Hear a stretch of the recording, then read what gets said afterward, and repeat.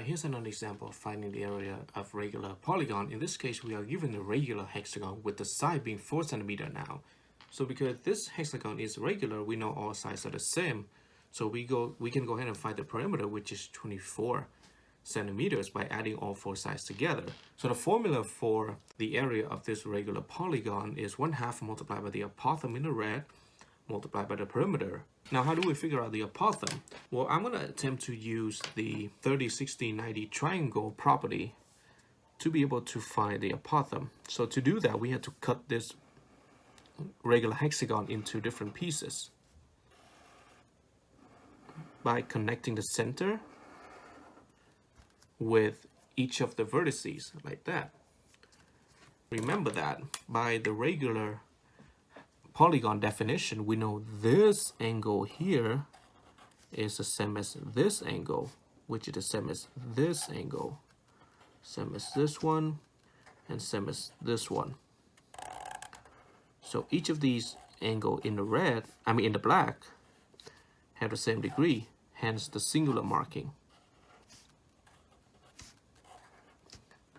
To figure out all of the degrees in all of these green triangles, we pick a point and we go all the way around back to the starting point.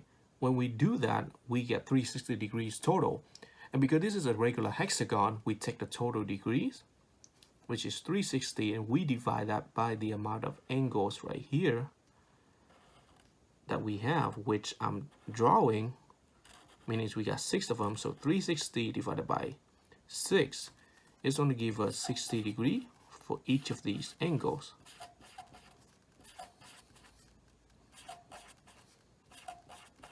And of course, let's say we want to figure out this half of this angles here.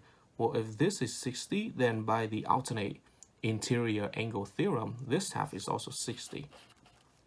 If this is 60, this is 60, then this angle here also has to be 60 by the triangle angle sum theorem. If this angle here is 60, then by the alternate interior angles theorem, this half here is also 60. And of course, you guys can go ahead and find the rest of them, all of which are 60 degrees, like that, using the same alternate interior angles theorem and or the triangle angle sum theorem. So all angles are 60 degrees like that. So to find the apothem, I'm going to go ahead and consider the bottom green triangle, and I'm just going to go ahead and take its right half, which is this half here. So that means what? We're going to have the right half looking something like this. Like that. And like that. This angle here is going to be 90 degrees because remember that the apothem intersects with the sides of the regular hexagon perpendicularly. So that's why there's a right angle here. This is 90. This angle, which is this one, this is going to be 60 degrees. This angle here is bisected by the apothem into 2 equal halves. So this half is 30 degrees like that. So hopefully you can see that. Now by the 30, 60, 90 triangle property, opposite to 30 degrees is the short leg denoted by a variable. I'm calling it x. Opposite to 60 degrees is the long leg, which is the apothem, and it is denoted by the equation short leg multiplies square root of 3. Opposite to 90 degrees is the hypotenuse, which is the radius in the green of the circle, and it is denoted by the equations 2x. We can go ahead and find the x easily because recognize that this base right here of this triangle is only half of this side of this regular hexagon, but this side is 4 centimeters, so half of it is going to be 2 centimeters. So we know x is going to be equal to 2 centimeters. If x is 2 centimeters, this is going to give us 2 times 2, which is 4 centimeters.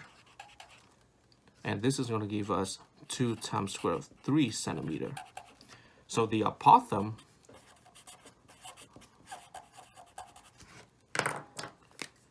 right here is